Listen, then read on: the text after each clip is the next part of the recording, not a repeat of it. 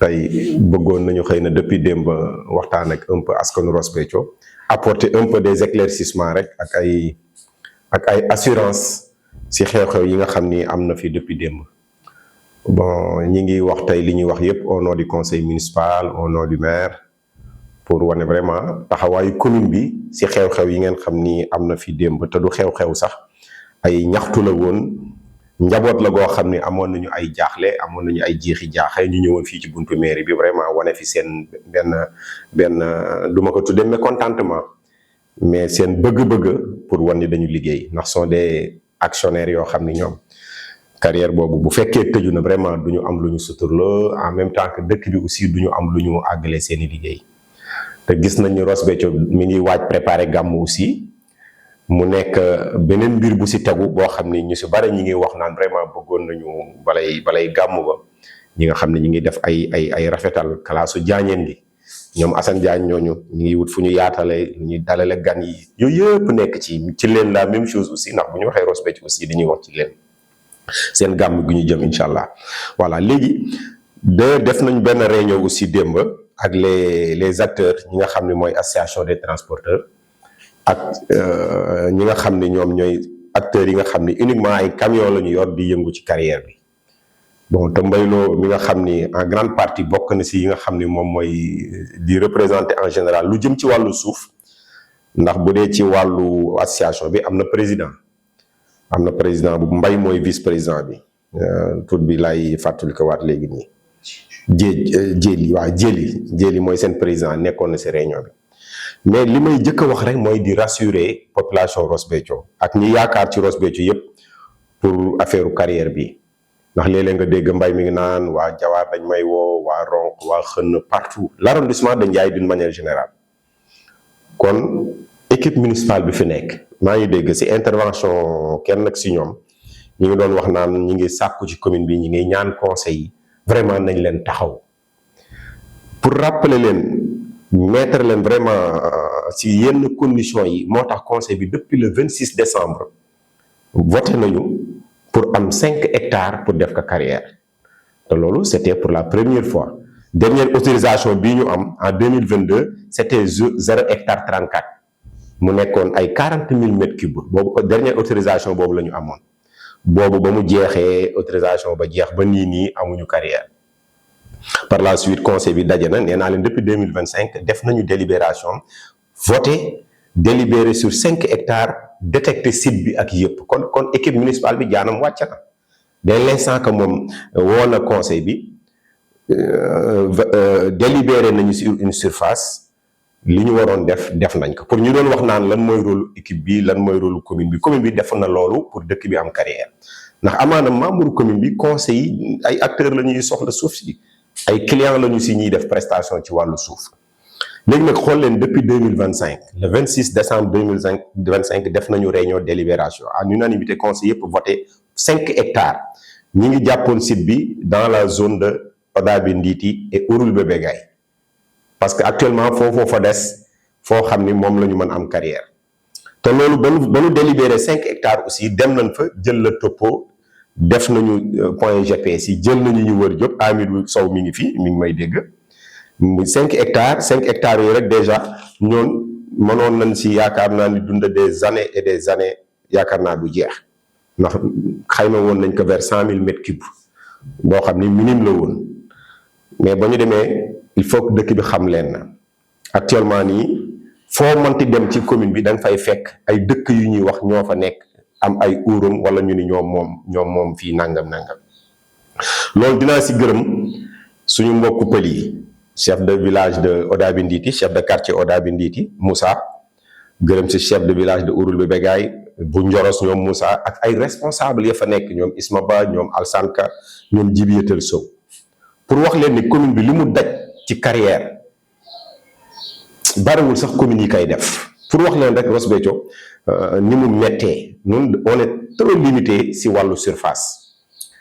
pour accéder à cette carrière là dafa amoon waxtaan te am na si ñoo xam ni xëy na su fekkoon dañ leen bàyyi ñu dem directement yenn engagement yi suñu mbokk pël yi duñ ko jël il fallait ñu def ay waxtaan yu bare la ñu def nañu waxtaan Njoros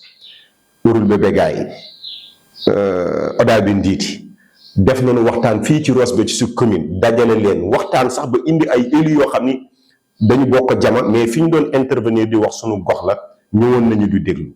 def nañu 5 réunions phares yoo xam ni c'était pas évident que ni daan ci réussir mais yàlla suturaal nañu réunions yëpp réussir nañ ko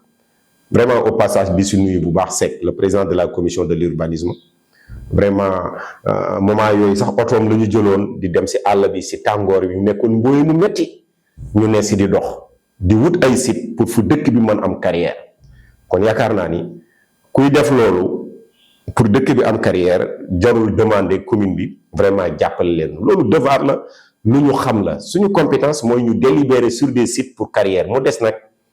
autorisation bi loolu c'est l'État kon nit ñi nañu xam ni commune bi li mu waroon def ci wàllu carrière def na ko depuis 2025 noo ngi am suñu approbation bi nga xam ni préfet approuvé nañ ko mois de mai le 26 mai presque un mois rek lay tolloon jot nañu approbation bi mais 5 hectares yi ñu defoon aussi amoon na un peu ay incompréhension ak dëkk yi nga xam ne entre Oda bi Ndiiti Ouroulou Bégaye ndax dafa jóge woon école bi léegi moo tax ñu jóge ci 5 hectares ñëw si première phase bi rek nañu débuté kon ak les 2 hectares yoo xam ne xaw na éloigné un peu école bi te foofu ñun ak village environnant yi suñu mbokki pël yëpp ñoo bokkandoo d'accord ni fii mën na nekk carrière te yombul woon coow nañu wax nañu coow nañu teg nañu plusieurs formalités am na yoo xam ne expliqué nañ ko le maire ñoom après il va les recevoir pour xool faisabilité bi nan lay demee kon nit ñi liñ leen bëgg a rassurer rek mooy carrière bi tardé wul ci commune bi def na lu mu si war def depuis 2025 def na si lu mu si war def bu yàgg ba ciblé sitam ba 2 hectares actuellement la ñu mujj a maintenir délibéré nañu 5 mais am nañu 2 hectares en urgence la ñu maintenir ba jot nañu vraiment approbation préfet depuis le 26 mai commencé dugal dossiers yi maire def na si maintes fois ay dossiers envoyé direction régionale des mines ñu ngi koy laajaat ay papiers yónniwaat na président commission domaniale mu dem àggale ji yenn formalités yi pour wax leen ni commune bi su fekkoon ci moom la nit ñi commencé nañu ci ba suuf depuis le 26 décembre 2025 kon loolu nañu xam ni affaire bi tardé wul ci commune bi ndax aussi autorisation bi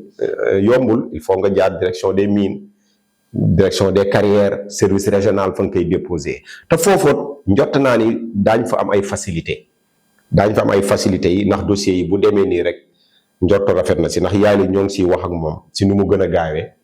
ba fa ma demee démb nee na moom rapidement bu ñëwee rek day descendre sur le terrain def visite du site bi xool situation géographique bi yëpp nu muy demee après ñu mën xool nu ñu jubloo ci affaire bi kon yi si mairie bi waroon def na ko papier yi maire waroon signé na ko li mu si waroon envoyé na ko léegi maintenant vraiment autorisation bi la ñuy xaar autorisation bi nag nekkul ci loxo commune bi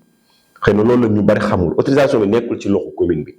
bu nekkoon ci loxo commune bi nee naa le 26 décembre ba mairie bi délibéré keroog ngeen di commencé ci ba suuf kon nag ñiy wax naan conseil yi luy seen rôle ñiy wax naan élus yi lan la ñuy def nañu xam ne élus yi wàccoo na ak la carrière ndax voté na un site surtout 5 hectares ñu commencé les 2 hectares 2 hectares yi jël nañu point GPG préfet approuvé na que dossier yi ma nga direction régionale des mines dana dem ba nag ministère direction des carrières mooy autoriser affaire yi kon loolu nañ ci dalal xel yi te aussi am nañ si ñoo xam ne aussi ay doomu waalo lañu ñi ngi foofu au niveau de la direction des carrières incha allah aussi ñoom documents yi leen war a jox en annexe yëpp dañ leen koy jox dès l'instant que dossier bi atterrir au niveau du ministère ce sera vraiment vite fait kon jafe-jafe bi daal nekkul woon foofu xëy na suñu jafe-jafe ci approbation bi xëy na la xamoon tardé te dañuy nangul autorité administrative bi aussi moom mu jël ay devant am def ay renseignements am xool voilà ba lépp alhamdulilah sant yàlla approuvé na ko parce que ñun dañu nekk dans une intersection boo xam ne entre ñun ak jama ku si nekk yaa ngi xëccoo suuf ñun dañuy wax noo moom fii jama day wax moom fii kon à chaque fois autorité bi aussi balay approuvé daf koy xool kon yooyu moom moo si nekkoon mais li ëpp solo nit ñi nañu dalal seen xel lépp lu commune bi waroon def na ko ba def plus sax am ngeen dégg ay suuf war am maire bi mooy essayer woo eaux et forêts wala mu woo direction des mines service régional ñaanaat ka ñu ubbil ko ay brèche pour gars yi mën def ay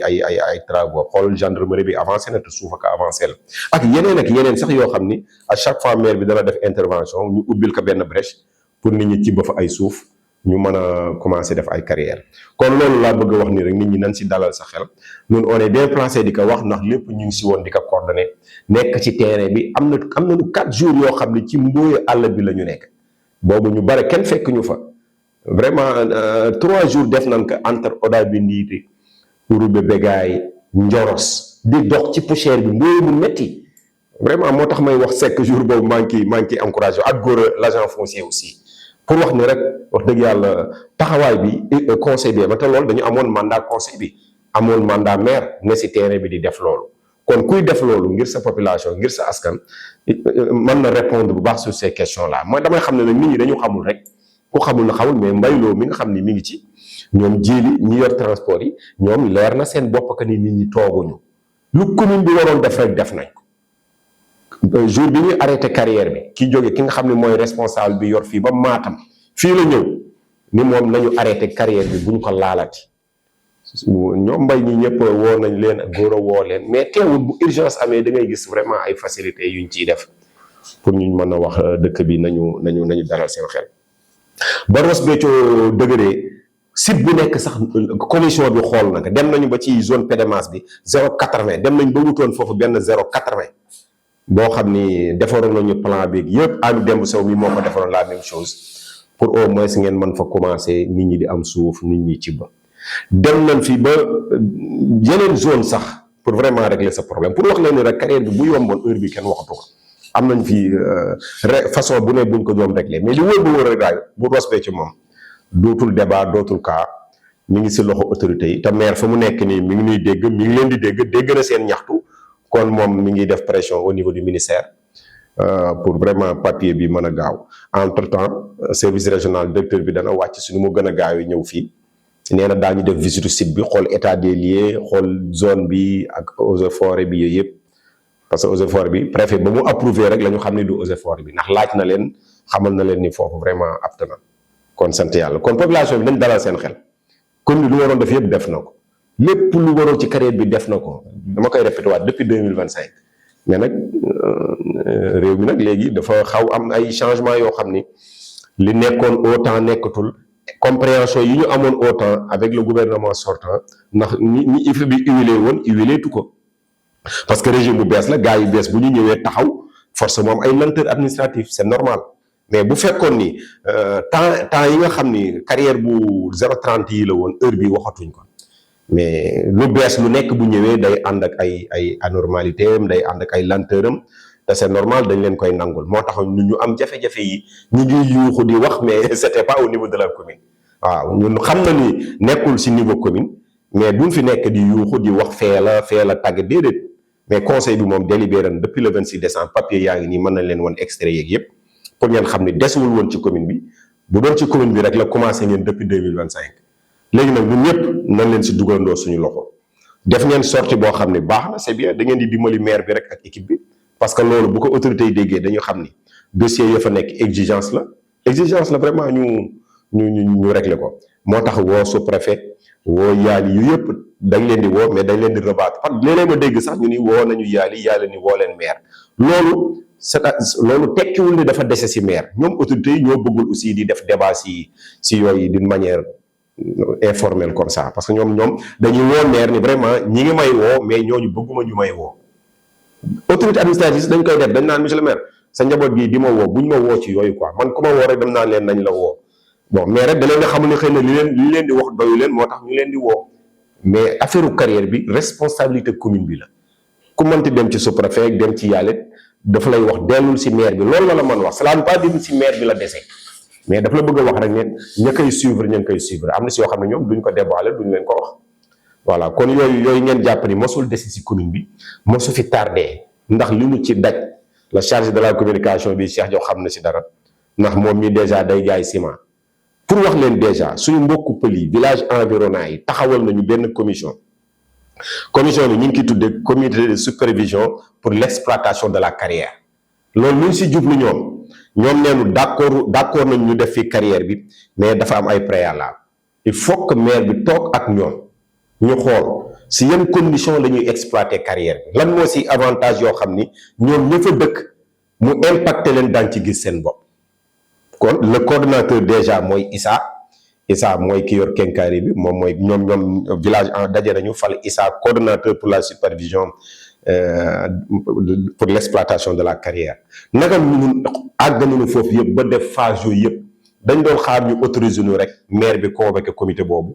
mettre en place système de gestion bi de la carrière loolu moo ci desoon na loolu nag tant que jotuñu licence bi ak autorisation yi mënuñu fa yegg lu nit ñi yuuxu bu ñu amul autorisation mënuñu fa yegg. kon affaire bi question de procédure la question de compréhension la pour nit ñi baax na toog na vraiment nit ñi aussi génn informer nit ñi wax leen li ñu daj ci carrière bi fi ci commune bi daj liñ ci dox pendant des jours ci ngelaw li ci mbóoy mi ci gaz bi te communiqué wuñ ci loolu xëy na mën nañu wax ni sax handicap la mais carrière bi liñ ci daj parfois doo sax bëgg a wax ndax da ngay xam effort yi nga si daj ak coono yi nga si daj ba tey nga am 5 hectares ndax yombul woon. parce que yombul woon nu décrocher 5 hectares si diggante Odaay bi Ndiir bu Eural Bégaay coow lu metti la woon mais réussir nañu di waxtaan ak ñoom management di waxtaan ak ñoom responsable yi ñoom jàpp si aussi ba vraiment tey li jafe woon am na ndax loolu moo doon préal commune yi loolu moo doon jafe-jafam te loolu réussir na ko te looloo gënoon jafe kon affaire bi noonu la demee na nit ñi am compréhension que ni carrière bi desewul ci commune bi depuis le 26 décembre 2025 commune bi conseil les 46 conseillers wàccoo nañu ak équipe bi voté nañ ko ciblé nañu 6 mu desoon na commission domaniale urbanisme doon dox di wax ak le maire papier administratif yi dépôt yi approbation yi xam ngeen nee naa leen noo ngi jot approbation bi le 26 mai bi presque juin la rek ça veut dire que ni y a un temps presque y a 5 mois de distance voilà. kon affaire bi naka nit ñi jàppee noonu te autorité bi aussi c'est normal fa ñu jàppoon ni fa la ñuy def carrière am na ñu demoon tënku ci moom di def ay réclamation naan kenn lu fa def carrière loolu mu nekkoon jafe-jafe ñu fexe di waxtaanaat ba dindi loolu tekk de côté waxtaan ak nit ñi ba ñooñu comprendre à chaque fois suñu demee ba juboo rek am ñu demaat xëy na préfecture di influencer c'est pas normal d'accord ñu fa bu ñu fa def café am na si boo xam ne sax am na xam ne histoire xaw na fa am. ndax man mii di wax ak yow coow nañ fa ak ay nit coow boo xam ni mënoon na ñàkk pour lan pour dëkk bi am carrière pour lan pour nit ñi am suuf pour liggéey kon ku toll foofu ba mu jaral la sax xëy na ngay am ay discussion yu xaw tàng ak say nit vraiment si àll bi il faut aussi lu si commune bi war a def ka ci kon ñooñu dañu xamul rek mais suñu xamul du ñu expliquer loolu mais keroog réunion bi ñu def ak ñoom ci salle bi lii may wax ni expliquer nañ ko mu leer mu clair seen bopp que ni attention affaire carrière bi yombul comme ni ñu ko yaakaaree. bu ñu yaakaaru ni yomb na affaire carrière bi bu yomboon ñoom ñii di wax ku ne régleel nag sa bopp mais jafe moo tax mënuñu ko régler kon autorité municipale bi nga xam ne moom tôt ou tard loolu ci moom lay jeexee ndax si moom la jëkke woon si moom lay mujjewaat te mujjewaat na ci moom fekk pare na ci kon ñun ñëpp vraiment nañu talal loxo yàlla dossiers yi gaaw daañu utiliser toutes les relations comme ni ma ko waxee ndax nee naa leen ay doomu waalo ñi ngi ministère ñi ngi direction des carrières bi autoriser loolu ñi ngi foofu te daañ ci jàpp daañ leen jox documents yi leen war a jox maire aussi documents yu jëmu bind yëpp maa ngi koy wax ëmma léegi defal ma annexe documents yi nga déposé Saint-Louis yëpp ñun ñi ñu ko war a jox ñu jox leen ko aussi maire am na yu mu am déjà moom mën na ci wax ak directement le ministre ba wax ak direction des carrières te loolu du jafe-jafe kon nañu dalal xel yi rek metti na mais ñu dal rek xam ni bis bu ko yàlla soobee rek lay ant mënuñu fexe ba affaire yu ubbi te date boobu ñu wax jotul kon vraiment ñoo ngi masawu ñëpp vraiment di leen wax ni rek metti na nag ndax xam nañu fa ngeen di daane seen doole fa ngeen di amee lu ngeen yóbbu ci kër yi loolu su taxawee pendant des mois dana metti ce sera très difficile mais wet ngeen d'accord comprendre ni jamono moo indi loolu contexte moo indi loolu comme que contexte ak jamono la dañu koy accepter ñun accepter nañ ko moo tax barewul coow dégg leen commune bi dox di ci wax di communiquer ndax xëy na suñu toogoon man lii ngeen def nii nun mënoon nañ ko def mënoon nañ takk rajo yi di wër di wax naan pourquoi ñu bloquer la carrière de Ross Béthio mënoon nañ ko wax équipe municipale mënoon na ko def mais loolu xëy na dafa doon manquer un peu de diplomatie ak autorités yi nga xam ne ñoo ngi liggéey ak ñoom depuis quelque temps te ñu ngi ñuy conseiller ci procédures yi bañaluñ ñu dara mais la commune pouvait bel et bien faire ça te léegi loolu buñ ko defoon dañ naan ñii dañuy politique ay lii lañu ay lee lañu wala nangam moo tax mënuñu woon bokk position ak ñi wax de gauche à droite mais nous sommes des vraiment responsables avertis xam lu ñuy xaar xam suñu ay compétences xam lu ñu war def dañu koy def xaaruñu ci pression xaaruñu ci kenn wax nu ko suñu devoir la dañ koy def parce que aussi loolu lu ñu fi askan bi tegee kon nañu jàpp ni rajo am télé am bañ am dañuy def lu ñu war def muy lan fexe ba population bi liñ ñu dénk ñu satisfaire leen maire bi gars yi yuuxu ci rajo yi bañ ci yuuxu n'empêche dana def li mu war def looluy devoir am loolu lay def kon yooyu bu ci nit ñi am jeexi jaaxay c'est pas parce que xëy na ñi ngi dem ci rajo yi rek moo tax nangam xëy na rajo bu amee nag il faut que ñu génn communiquer xëy na waroon nañ ko def ak toutes nos commissions mais je vois que ni la chargée de la communication nii vraiment il faut que waxtaan bi mu def ak maire ni nañu communiquer ak askan bi un peu leeral leen wax leen ci est-ce que commune bi li ñu def yëpp vraiment am na dara lu ñu leen waroon wax ni manquement am na ci te may gërëm aussi borom ñaxtu yi ndax waxuñu dara lu méchant man déglu nañ leen même maire wax na ko waxuñu dara lu méchant li ñu def nii nee naa leen nun lañ ko defal ndax nun noo waroon ñëw takkara ji yuuxu pourquoi suñu affaire yi tardé nii mais comme que ñoom ñooy citoyens yi ñoom lañ doon defal def nañ ko à notre place mais alhamdulilah léegi nag li ñu bëgg a xam rek ñu bañ am benn jeexi jaaxa bu si kenn occasionné wu xëy na bëgg si dugalaale lu ci bokkul li ci waxaale des questions yoo xam ni bokkul ci sujet bi ndax kii c'est une affaire très sérieuse administrative ça n'a rien de politique nañu xam ni lu war am la politique yi ñi ngi koy dox ñu ngi am ñu wax alhamdulilah ñun ñëpp rek vraiment loolu laa amoon ni vraiment daañu ko waxtaan ak waa Ross Béthio di gërëm toute l'équipe municipale di gërëm le maire et son cabinet wax dëgg yàlla ndax carrière bi def nañ ci taxawaay boo xam ne wax dëgg yàlla du ma ni mosul am de mais bii moom wax dëgg yàlla mën nañ ko seedee lu ne daj nañ ko si lu ne def nañ ko si te ñoom mbay association transporteur jël nañ seen alal sax def ko ci seen alal jël nañ ko sax def si réunion yi ñu doon tenir ak topographie yeeg plan yi ñuy defar rek déplacement yi pour wal ni ñoom aussi jàmbaar la ñu def nañ ci seen alal pour rek affaire bi taxaw waaye ci biir loolu lépp nag ñoo xam ni heure bu waree sotti rek lay sotti ci loolu lépp nag ñu xam ni ñu def ko ak ñu bañ ko def commune dana def li nga xam ne mooy responsabilité mooy def lu ñu war a def xaaruñu si nag dara xaaruñu si ku tàcc commune bi xaaruñu ko féliciter loolu mooy suñu responsabilité maire bi loolu devoir la mu def ko obligation la kon nag nañu xam ne vraiment ma nga sa Dakar mi ngi dégg bu baax li ngeen di wax mi ngi nuy dégg li si des mooy suivre le reste te du yàgg ñu xool vraiment nu ñu mënee waxtaan ak direction des mines wala direction régionale au niveau Saint-Louis ñu xool phase test bi parce que man dem naa ba wax leen ni leen même bu ñu waxee ak maire daañu yóbbu site bi service yi ñu xool nu ñuy defee phase test bi camions yi commencé ci ba xam nga ku dem bay programme comme di wax naan nañu xool benn jour def phase test commencé ci ba suuf si xool trajet bi camions yi nu ñu si mën jaare kon ñun on était en avance dem bay wax camions yi seen parking bi parce que am nañu partenaire bu war taxawal vraiment parking bi merci ñu na convention bi ak loolu mu nekk loo xam ne déjà acquis la pour ñu moom moo war a defar parking bi lépp fini tout fini camion bi di fa gaare pour wax ni rek am na ay lenteur mais on est en avance kon vraiment ñun ñoo ngi gërëm ñëpp di sant ñëpp di wax ni nañu dalal seen xel rek dootul yàgg très rapidement xëy na le maire va vous revenir pour wax leen ni officiellement jot nañu vraiment l'autorisation boo xam ne daañ ko publier ngeen gis ko si réseaux sociaux yëpp mais extrait délibération bi xëy na mën nañ leen ko sax wan ngeen gis ko bu fekkee jarul sax publier c'est un papier boo xam ni mën nañ ko taf fii pour ngeen xam ni délibération bi génn na depuis le 26 mai bi juin donc ñoo ngi ko réunion woon depuis décembre 2025 vraiment ñoo ngi gërëm ñëpp di sant ñëpp di wax ni am nañu mbégte trop di nuyu la presse bàcc nday maa fii wax dëgg yàlla am nañu mbégte trop chance bi ngeen ñu may aussi ñu wax ak Ross Béthio leeral leen éclairer leen un peu sur des questions yoo xam ni ci wàllu carrière bi amoon na pour ñu gën a dalal seen xel yàlla may ñu mottali merci beaucoup